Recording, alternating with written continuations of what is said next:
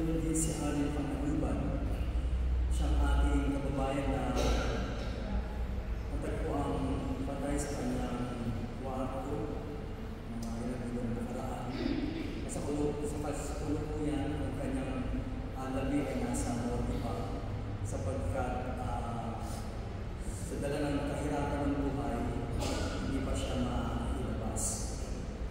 Ngayon, ang isa sa mga nag-correct natin sa Sibilyo na pagbigay lang sa akin ang sitwasyon na ating kababayan sa ating Pangaliban. Ang kanyang pamilya sa Pilipinas at dito wala sa kamag-anak, kaya nais natin tumulong. Lahat ng inyong mabibigay ng tulong, pwede nyo yung abot o kay Rizal o kay Tindo, sa abot ay lumakad sapagkat talagang hirap sila. Ang nais kasi ng kanyang asawa, imbis na i-cremate ang kanyang asawa, ay talagang dalhin sa Pilipinas. Naunawaan natin ang sitwasyon na ito sapagkat nais natin makita ang ating mahal sa buhay. No? Kaya sa misang ito, kung sa inyong tulong, nais natin nangalay ang sakripisyo ng Kristo para sa mga kaluluwa na Robert at John. Sa ngalan ng Ama, ako na nga, at ng Espiritu Santo. Ang pagpapala ng ating Panginoong Hesus Kristo, ang pag-ibig ng Diyos Ama, at ang pagkapagkanisa ng Espiritu Santo na way sa ngayon. Mga kapatid, aminin natin ang ating mga kasalanan upang tayo maging marapat-manap sa banal na pagdiriwang.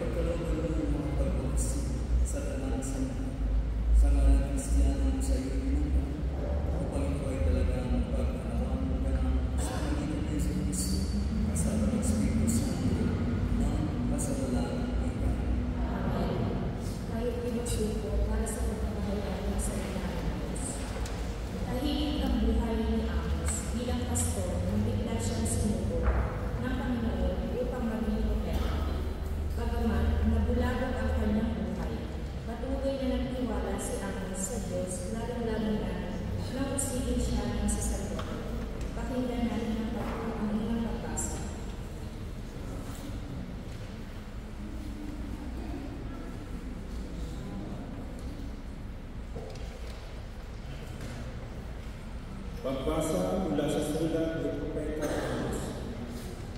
Noong mga araw na iyon, tinanong niya Amasiyas ang saserdote sa Betel, si Amos. Hulaan ka, propeta, magbalik ka na sa Huda. Doon ka maghanap buhay sa pamamagitan ng iyong paghuhula. Huwag ka nang manghula dito sa Betel. Narito ang pagpasang templo at dito sumasamba ang hari. Sumagot si Amos, hindi ako propeta. Hindi ko ito hanap buhay. Ako'y pastol at nangangalaga rin ng mga punong igos. Ngunit pinalis ako ng Panginoon sa gawa niyon at inutusang magsalita para sa Kanya sa mga taga-Israel. Ang salita ng Diyos. Salmong tugon. Pag-ibig mo'y ipakita, iligtas kami sa dusa. Pag-ibig mo'y ipakita, iligtas kami sa dusa.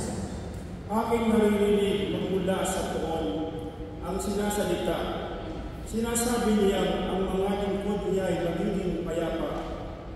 Kung mga sisisi at di nababalik sa gawain masama, ang nagpaparangal sa pangalan niya ay kanyang ililigtas. Sa ating lupain ay mananatili ang kanyang paglinga. Pag-ibig mo'y ipakita, iligtas kami sa dusa.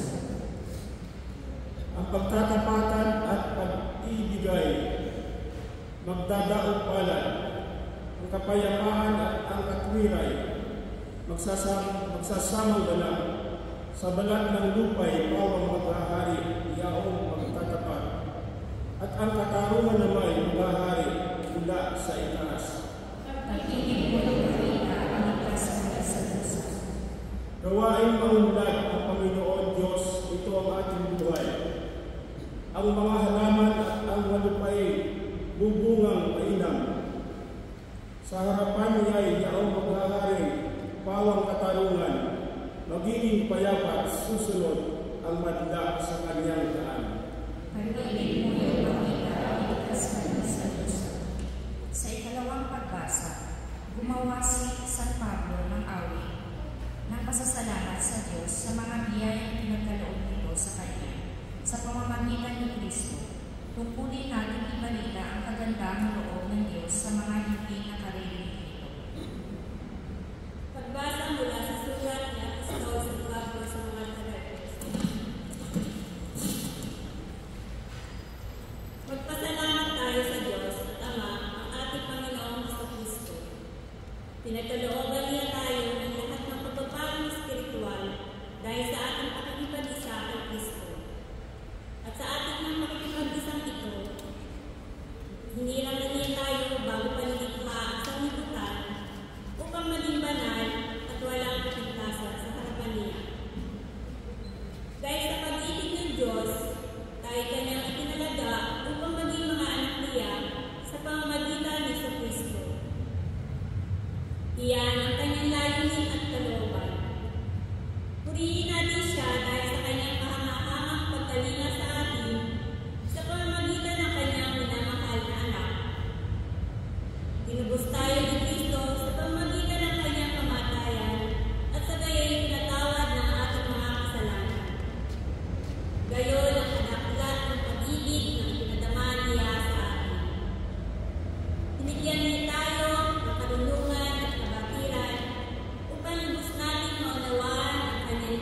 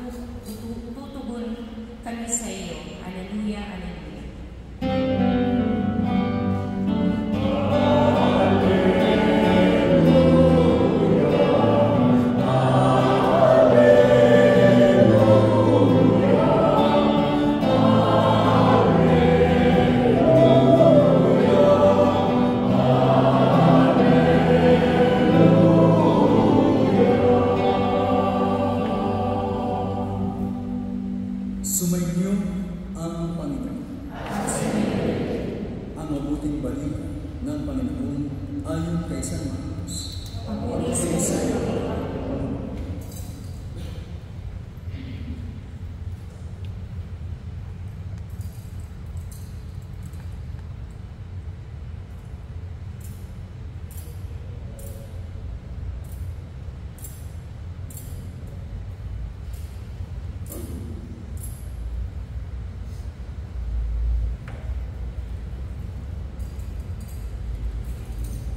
Noong panahon yun, tinawag ni Jesus ang 12 at sinubong 12. Binigyan niya sila ng kapangyarihang magpalayas ng masasamang espiritu at pinagbilinan, sa inyong paglalakbay, huwag kayong magdala ng anuman, maliban sa tungkol, ni pagkain, balitan, salapi sa inyong bukbutan o bisan, ay huwag kayong magdala, ngunit magsuot kayo ng panyapa. Sinabi rin niya sa kanila, asalin mamuhaan ng inyong tuluyan. Manatili kayo roon hanggang sa pag-alis ninyo sa balang yun. Kung ayaw kayong tanggapin o pakinggan sa isang dako, umalis kayo roon at ipagpag ninyo ang alikabok ng inyong mga paa bilang babala sa mga taga-roon. Kaya tumayo ang 12 at nangaral sa mga tao na pagsisingan nila at talikdan ang kanilang mga kasalanan. Pinalayas nila ang maraming demonyo sa mga inaalihanan nito. Pinahira nila ng langis at pinagaling ang maraming may sakit. Ang mabuting balita ng Panginoon. Pinupuri ko.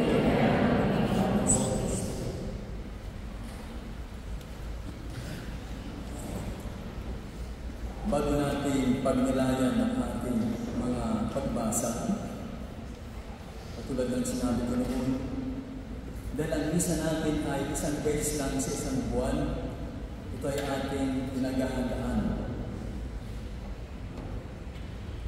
At ang ating mga intensyon ay inaali natin ang sakripisyo ni Kristo para sa lahat ng inyong mga intensyon. Yung mga intensyon ninyong narinig at ang mga sinabi ko, ito ay parang ipanalangin natin sila. Pero yung mga dala-dala nyo sa inyong puso, lahat yun, ang isang ito ay para sa inyo. Yan ang mas